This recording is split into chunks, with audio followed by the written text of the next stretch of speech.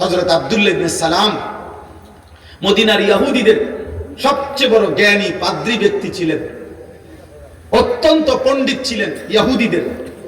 তিনি নবীজি যখন মদিনায় আসছেন, উনি আসছিলেন নবীজির সাথে বিতর্ক করতে, বিভিন্ন আসমানি কিতাবের বিভিন্ন কঠিন কঠিন প্রশ্ন করার জন্য নবীজির সামনে আয়েশা বসছে। আয়েশা মাত্র রেডি হইয়া কিতাব চাইয়া আইছে নবীজিরে বহস করে হারাইয়া দিবে। এই সময় আয়েশা উনি বলছেন, কিতাবে আছে আমরা পড়ছি।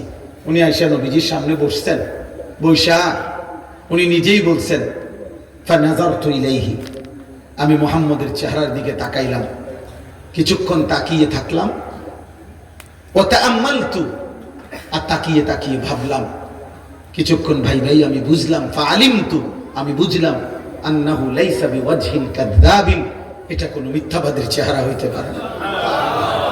ফাআসলামতু, আমি কালেমা পড়ে মুসলমান হই। কোনো কিছু শুনে নাই,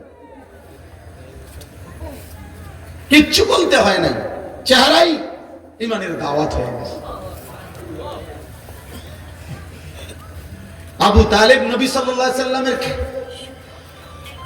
পাহারাদারি করছে 38 বছর। 38 বছর নবীজি সাল্লাল্লাহু আলাইহি সাল্লামের বয়স যখন 12, তখন দাদা আব্দুল মুত্তালিব এই নবী সাল্লাল্লাহু আলাইহি সাল্লামকে আবু তালেবের হাতে দিয়ে গেছে। আর নবীজি সাল্লাল্লাহু আলাইহি সাল্লামের বয়স যখন 50, তখন আবু তালেব ইন্তেকাল করছে। এই 38, 12 থেকে 50 গুণে দেখো, 38 বছর। 38 বছর রাতে দিনে সকালে দুপুরে নবীজি সাল্লাল্লাহু আলাইহি সাল্লামের আদব আখলাক, চলা ফেরা, কথা বার্তা, রুচি পছন্দ সবকিছু আবু তালেব জানতো যে ভাতিজা এই 38 বছরে 1 সেকেন্ডের জন্যই ভাতিজা কোনোদিন মিথ্যা বলে নাই। একটা শব্দ ভাতিজার চরিত্রের মধ্যে একটা দাগ লাগাবে এমন ছিল না, এটা আবু তালেব জানতো। আবু তালেব বলতো, কিন্তু আল্লাহর ফয়সালা ছিল না, যার কারণে 38 বছরের সংস্পর্শের পরেও আবু তালেব বেঈমান হয়েই কবরে গেছে। বুঝছনি দোস্ত, চালাক মনে করো না, চালাক চুল কদ্দুর রাইখা মাতবুরি মনে করো না, না না না, এটা প্রতিবন্ধী মনে রাখো। যার নিজস্ব আত্মসম্মান নাই সে প্রতিবন্ধী। যে নিজের বংশ চেনে না, যে নিজের বাবার ইজ্জত চেনে না, যে তার ধর্মের সম্মান চেনে না, যে তার আল্লাহর পরিচয় জানে না, যে তার নবীর পরিচয় জানে না, যার নিজের আত্মমর্যাদা নাই, কখনো ইহুদিরটা, কখনো খ্রিস্টানেরটা, কখনো হিন্দুরটা, কখনো খেলোয়াড়ের, কখনো নায়কের, কখনো ফুটপাতের, কখনো মোবাইলের কোনো পাগল কিংবা ছাগলের চুল চেহারা যার পছন্দ, তুমি ডাক্তার দেখাও, তুমি প্রতিবন্ধী মানসিক বিকৃতগ্রস্ত মানুষ। তুমি আমার আত্ম অনুভূতি আছে, আমি বুঝ হওয়ার পর থেকে পাঞ্জাবি পড়ি, আমি বুঝ হওয়ার পর থেকে টুপি মাথায় দেই। আমার প্রথম যেদিন দাড়ি উঠতে শুরু করছে সেদিন থেকে আজকের 44 বছর পর্যন্ত আমি কোনোদিন দাড়ি কাটি নাই। আমার যেদিন বুঝ হয়েছে সেদিন থেকে আমি চুল চারদিকে সমানভাবে কাটি। আমি বুঝ হওয়ার পর থেকে লুঙ্গি পরি, আমি ছোট্টবেলার থেকেই মিসওয়াক করি। আমার জীবন আমি চেষ্টা করেছি বাবা মার তত্ত্বাবধানে, উস্তাদের তত্ত্বাবধানে আমি নামাজ পড়তে চেষ্টা করেছি। তাহলে তুমি হিসাব লাগাও দোস্ত, তোমার চুল এত রঙের হলো কেন, প্যান্ট এত রঙের কেন? তোমার কোনো ধর্ম নাই, তোমার কোনো বাপ নাই, তোমার কোনো আল্লাহ নাই, তোমার কোনো নবী নাই, তোমার কোনো সৃষ্টিকর্তা নাই। তুমি কেন হাইওয়ানের মতো, জন্তু জানোয়ারের মতো এক এক সময় এক এক রঙে সাজো কেন? তোমার সৃষ্টিকর্তা কি? তুমি তাকে ছেড়ে দিলা কেন?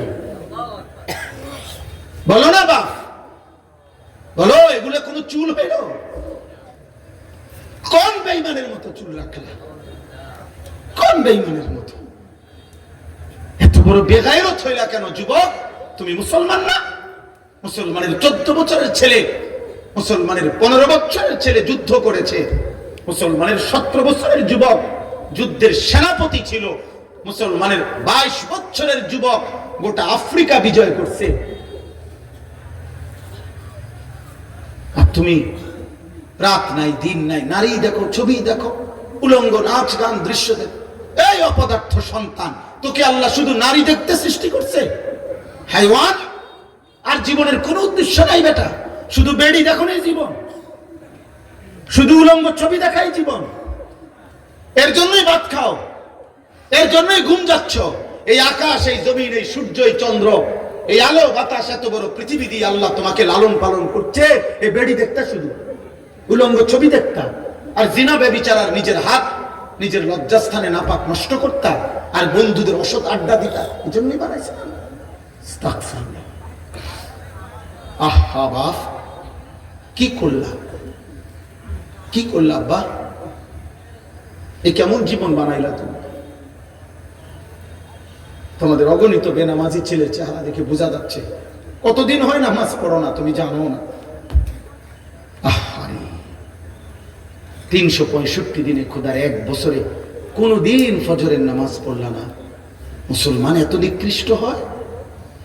নবী সাল্লাল্লাহু আলাইহি সাল্লাম বলছে, যে ফজরের নামাজ পড়ে না সে মুনাফিক। খোদার কসম, নবী বলছে মুনাফিক, ও মুনাফিক, ও মুনাফিক। নবীজি বলছে লোকটা মুমিন না বেঈমান, কাফের, পার্থক্য করার চিহ্ন হলো নামাজ। আগা কাটা না, আগা কাটা দিয়ে মুসলমান নির্বাচিত হয় না। কথা বোঝেন নাই? যদি বলে না আগা কাটছে এই কারণে আবার মুসলমান আছে, তো তোরে 6 বছরের বাচ্চা মুসলমান,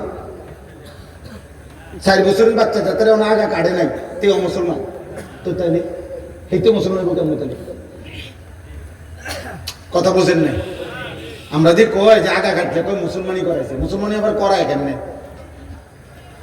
মুসলমান বুঝি এটা করাই না জিনিস, মুসলমান তো হয় না, পরিচয় না। তো তাহলে যদি এখন 7 বছর বয়সে, 8 বছর বয়সে তারা যদি খতনা করায়, এখন যদি সে মুসলমান হয়, তো আগে কি আছে? অমুসলমান। কথা বলেন না? আগে মুসলমান থাকলে তখন কি মুসলমান? বলেন, আপনি যুক্তিতে বলেন, ইনসাফে বলেন, আগে কিটা ছিল? তাহলে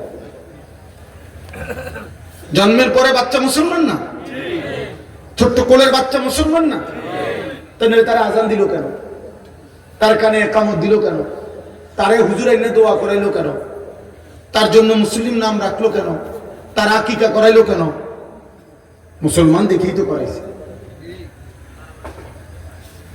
এজন্য দোস্ত, আল্লাহ নবী সাল্লাল্লাহু আলাইহি সাল্লাম বলেছে, বাইনার রাজুল ওয়া বাইনা শিরকি ওয়াল কুফর তারকুস সালাহ। কোন ব্যক্তি মুমিন না মুশরিক, এটা পার্থক্য করার চিহ্ন হলো নামাজ পড়া বা না পড়া, এর ভিত্তিতে। চলো ভাইয়া, ভাতে তো খাও, আর কি থাক, দুনিয়ায় তো ভোগ করো না। তোমার রাত যখন ভোর হয়, আমার রাতও তখনই ভোর হয়। তোমার জন্য যখন সূর্য ডুবে, আমার সূর্য তখনই ডুবে। হ্যাঁ না ফরমান, মনে রেখো, তুমি আগায় না। 5 ওয়াক্ত নামাজ পড়নেওয়ালার ভোর যখন হয়, তুমি না ফরমানের ভোরও তখনই হয়। পৃথিবী সমান তালেই আগায়, রাত্র সমান তালেই শেষ হয়। সব রাতই ভোর হয়, বাসর রাতও ভোর হয়, ফাঁসির রাতও ভোর হয়।